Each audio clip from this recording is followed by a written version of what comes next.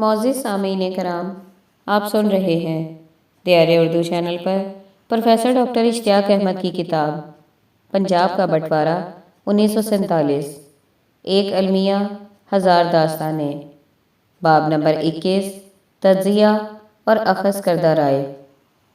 Sub heading: بیشتر پنجابیوں کے لیے ناپسندیدہ شخصیات۔ وہ چند خوش قسمت افراد جو سرحد پار کر کے پنجاب کے کسی حصے میں جاتے ہیں، وہ ہمیشہ پرتپاک خیر مقدم کی کہانیاں سناتے ہیں، لیکن بیشتر پنجابیوں کے لیے آبائی گھروں کو واپسی خارج از امکان ہی رہا۔ 1999 میں جب بھارتی وزیر اعظم اٹل بہاری واجپئی اور وزیر اعظم نواز شریف نے اعلان لاہور پر دستخط کیے تو پاکستان اور بھارت کے درمیان دوستانہ تعلقات کے دروازے کھل گئے۔ میڈیا میں یہ بات اچانک سامنے آئی کہ کئی پنجابی اپنے آبائی گھروں کو دیکھنا چاہتے تھے۔ پاکستانی اخبارات میں یہ اعلان شائع ہوا کہ مشرقی پنجاب جانے کے خواہش مند افراد ویزے کے لیے درخواستیں جمع کرا دیں، تو ہزاروں افراد نے درخواستیں دے دیں۔ یہ اعلان محض جھانسا ثابت ہوا، کیونکہ پاکستان اور بھارت دونوں کی حکومتیں کنٹرول میں نرمی نہیں لانا چاہتی تھیں، اور لاہور 2004 اور موہالی 2005 میں کرکٹ میچوں کے دوران دونوں حکومتوں نے شائقین کو سرحد پار کرنے کی اجازت دے دی۔ ہزاروں افراد نے موقع سے فائدہ اٹھایا اور ان کا دونوں طرف پنجاب کی روایتی مہمان نوازی میں خیر مقدم کیا گیا۔ عام طور پر ایسا ممکن نہیں۔ درج ذیل 2 کہانیوں میں مٹی کی کشش کا ذکر کیا گیا ہے جو کبھی نہیں جاتی۔ سب ہیڈنگ: بریگیڈیئر یعصوب علی ڈوگر۔ تقسیم کے بعد میں شیرخوار تھا، اس لیے میری اس بارے میں ذاتی طور پر کوئی یادیں نہیں۔ مغلوں کے دور سے ہی ڈوگرا برادری کے افراد پنجاب کے 44 متصل دیہات میں مقیم تھے اور اس علاقے کو ڈوگرا چوتالیہ کہا جاتا تھا۔ میرے والدین، خالائیں، چچا اور دیگر بڑے اپنی زندگی کی آخری سانس تک اپنے دیس یا دیش کا ذکر کیا کرتے تھے۔ وہ وہاں کی اقدار، روایات، بھائی چارے کا بھی ذکر کرتے ہوئے کہتے ہیں کہ انہیں اس نئے علاقے میں وہ سب کچھ نہیں ملا جہاں انہیں جبراً جانے پر مجبور کر دیا گیا۔ زمین کا جو ٹکڑا انہیں سب سے زیادہ عزیز تھا وہ ضلع ہوشیارپور کی تحصیل داسویہ کا گاؤں ڈھاڈر تھا۔ میں نے بارڈر سیکیورٹی فورس کی سالانہ کانفرنس میں شرکت کے لیے 2 دفعہ جالندھر کا دورہ کیا۔ پہلی مرتبہ میں 14 سے 15 دسمبر 1994 کو اور دوسری بار 17 سے 19 دسمبر 1995 کو گیا۔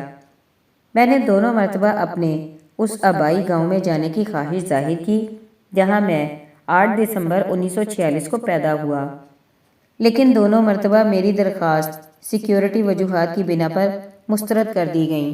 اس سے بھی المناک بات یہ ہے کہ 1994 میں پہلی بار میرے ماما جی نے اپنے class fellow lieutenant colonel retired Hargurjeet Singh Sandhu کے لیے میرے ہاتھوں تحائف بھی بھجوائے تھے۔ دونوں ایک ہی گاؤں چک 10 BL چیچا وطنی ضلع ساہیوال کے رہنے والے تھے۔ دونوں نے جماعت اول سے دہم تک ایک ساتھ تعلیم حاصل کی اور دونوں بہت گہرے دوست تھے۔ ان کی اہلیہ قریبی چک 9BL کے لمبردار کی بیٹی تھی۔ بوڑھا کرنل اب جالندھر کے ماڈل ٹاؤن میں ریٹائرمنٹ کی زندگی بسر کر رہا ہے۔ کرنل سندھو کو پہلے دن ہی میری آمد کی اطلاع مل گئی تھی، کیونکہ جہاں میں نے ان سے ملنے کی خواہش ظاہر کی وہاں کسی نے کرنل سندھو کو میرے بارے میں بتا دیا تھا۔ وہ میری جائے سکونت سے چند کلومیٹر دور ہی تھا، لیکن یہ درخواست بھی مسترد کر دی گئی۔ البتہ آخری روز میں نے ایک سینئر سکھ افسر سے، جو کہ ہندو تھا، بات چیت کی۔ اسے کسی طرح میرے محسوسات کی سمجھ آ گئی، چنانچہ وہ مجھے وہاں لے جانے کی بجائے کرنل سندھو اور اس کی بیوی کو وہاں سے لے آیا۔ میں نے انہیں مل کر ماما جی کے تحائف دیے اور ان کا پیغام بھی پہنچایا۔ وہ نہایت متاثر ہوئے۔ وہ کرنل اپنی بیٹی اور نواسوں کو بھی لایا تھا۔ اس نے انہیں بتایا کہ آؤ تمہیں ایک ایسے خاص آدمی سے ملاؤں جو میرے وطن سے آیا ہے۔ میری بدقسمتی ہے کہ میں یہ اچھی خبر اپنی ماں کو نہیں سنا سکا۔ ان کا انتقال 1999 میں اس وقت ہوا تھا جب میں سیاچن کے محاذ پر کمانڈ کر رہا تھا کہ میں ان کے آبائی گھر گیا تھا اور اپنے آباء و اجداد کی قبریں دیکھی تھیں اور اپنے گاؤں کو دیکھ کر پیدا ہونے والے روحانی احساسات اور جذبات بیان سے باہر ہیں۔ سب ہیڈنگ ڈاکٹر اجے مہرا۔ میں بھارتی صوبہ بہار کے چھوٹے لیکن خوبصورت قصبے ڈھیری اون سون میں پرورش پا رہا تھا، تو میں نے اپنے ددیال کے بزرگوں کی یہ کہانیاں سنی کہ وہ سرحد پار خوبصورت قصبے چکوال سے آئے تھے۔ مہرا کھتریوں کا عقیدہ ہے کہ ہماری ذات کا خمیر چکوال سے ہی اٹھا تھا۔ مجھے سرحد پار کا مطلب چند برس میں سمجھ آیا جب میں کچھ سمجھ لاہور اور 1947 میں تقسیم کے بارے میں پڑھا۔ مہرا کھتریوں کا عقیدہ ہے کہ ہماری ذات کا خمیر چکوال سے ہی اٹھا تھا۔ مجھے سرحد پار کا مطلب چند برس میں سمجھ آیا جب میں کچھ سمجھدار ہوا اور 1947 میں تقسیم کے بارے میں پڑھا۔ پھر بھی مجھے چکوال کا یا ان حالات کا پتہ نہیں تھا جن کے باعث ہمارے بڑے پنجاب سے بنگال آئے تھے۔ میرے ددیال میں سے موجودہ نسل کے کسی فرد نے چکوال نہیں دیکھا تھا۔ چنانچہ جب میں 2003 میں قائد اعظم یونیورسٹی اسلام آباد نے جنوبی ایشیا میں فرقہ وارانہ تصادم کے موضوع پر کانفرنس میں مدعو کیا تو مجھے نہایت خوشی ہوئی۔ مجھے امید پیدا ہوئی کہ بالآخر میں اپنے آباء و اجداد کے شہر چکوال جانے کی خواہش پوری کر سکوں گا، لیکن 2003 پاکستان اور بھارت کے باسیوں کے لیے ایک دوسرے کے لیے ملک جانے کے حوالے سے برا وقت تھا۔ 2001 میں بھارتی پارلیمنٹ پر دہشت گردوں کے حملوں کے بعد دونوں ملکوں نے ایک دوسرے کی حدود میں پروازیں بند کر دی تھیں۔ سفارتی تعلقات کشیدگی کا شکار تھے۔ صاف ظاہر ہے کہ ایسے حالات میں معمول سے زیادہ مشکل طریقے سے ویزا ملنا تھا۔ ویزے کے لیے مجھے دہلی کے چانکیہ پوری علاقے میں ڈپلومیٹک انکلیو میں بلند دیواروں والی پاکستانی ہائی کمیشن کی عمارت میں جانا پڑا۔ خوش قسمتی سے میں ہائی کمیشن کے ایک اعلیٰ ترین افسر جو کہ دراصل سفارتکاری کی سروس میں جونیئر ترین تھے سے ملنے میں کامیاب ہو گیا اور ویزے کے بارے میں بتایا۔ وہ ایک شائستہ انسان تھا اور کہا کہ ویزے کے لیے اسے وزارت داخلہ سے کلیئرنس لینی پڑے گی جو کبھی نہ مل سکی۔ آخرکار پاکستان کے میرے 3 میزبانوں کے زور پر اس نے مجھے اگلے روز ہائی کمیشن کا دفتر 5 بجے بند ہونے سے چند لمحوں قبل ویزا جاری کر دیا۔ البتہ بھارت اور پاکستان دونوں ایک دوسرے کے شہریوں سے خطرہ محسوس کرتے ہوئے صرف مخصوص شہروں کا ویزا دیتے ہیں۔ مجھے صرف اسلام آباد کے لیے ویزا جاری ہوا۔ میں نے درخواست کی کہ مجھے کم از کم چکوال اور لاہور جانے کی ہی اجازت دے دیں، لیکن اس نے مسکراتے ہوئے کہا کہ اس بار اسلام آباد ہو آئیے، اگلی بار سارا پاکستان گھما دیں گے۔ میرے میزبان چاہتے تھے کہ وہ مجھے اسلام آباد سے صرف 60 کلومیٹر دور چکوال لے جائیں، لیکن کچھ ہچکچاہٹ کا بھی شکار تھے۔ اگر پولیس یا سیکورٹی والے چیک کر لیتے تو ہم دونوں مشکل میں پڑ جاتے۔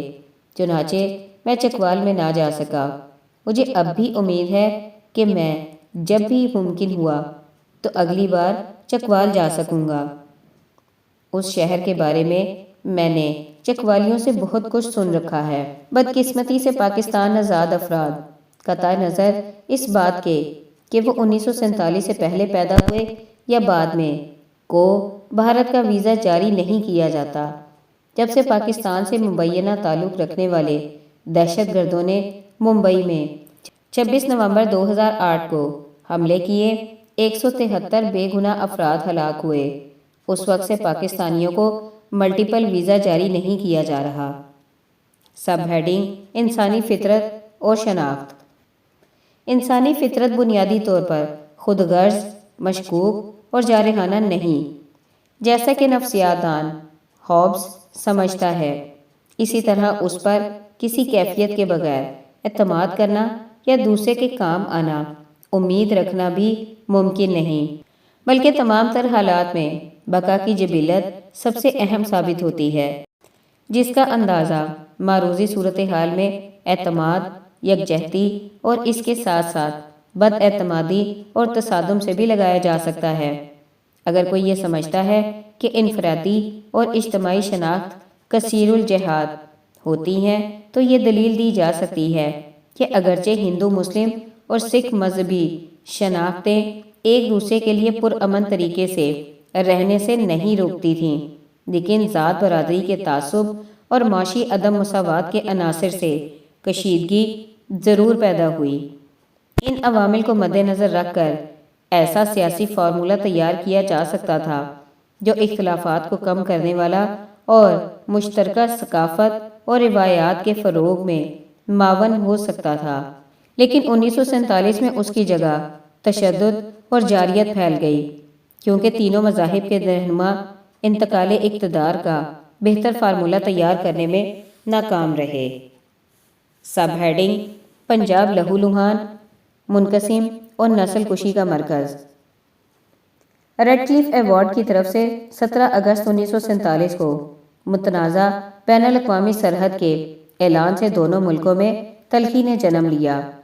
1950 میں لیاقت نہرو معاہدے سے نہ صرف سرحدوں کے ازسر نو تعین کا باب بند ہو گیا، بلکہ ان سکھوں، مسلمانوں اور ہندوؤں کے لیے بھی اپنے گمشدہ گھروں میں جانا ناممکن ہو گیا، جو 1947 کی شورش کے نتیجے میں بے گھر ہوئے تھے۔ البتہ 1965 اور 1971 کی جنگوں تک دونوں ملکوں کے درمیان دو طرفہ تنازع نے روایتی تعلقات کو متاثر نہیں کیا تھا۔ اس کے بعد چند ہی ایسے مواقع آئے جب دونوں طرف کے لوگ آزادانہ دوسری طرف سرحد پار کر کے جا سکتے ہوں۔ یہ مواقع بھی کرکٹ میچوں کے دوران میسر آئے۔ لاہور اور امرتسر کے درمیان بس سروس بھی بنیادی طور پر سکھ زائرین کے لیے شروع کی گئی، ورنہ مجموعی طور پر سرکاری سطح پر ایک دوسرے کو مسترد کرنے کا وتیرہ نظر آتا ہے۔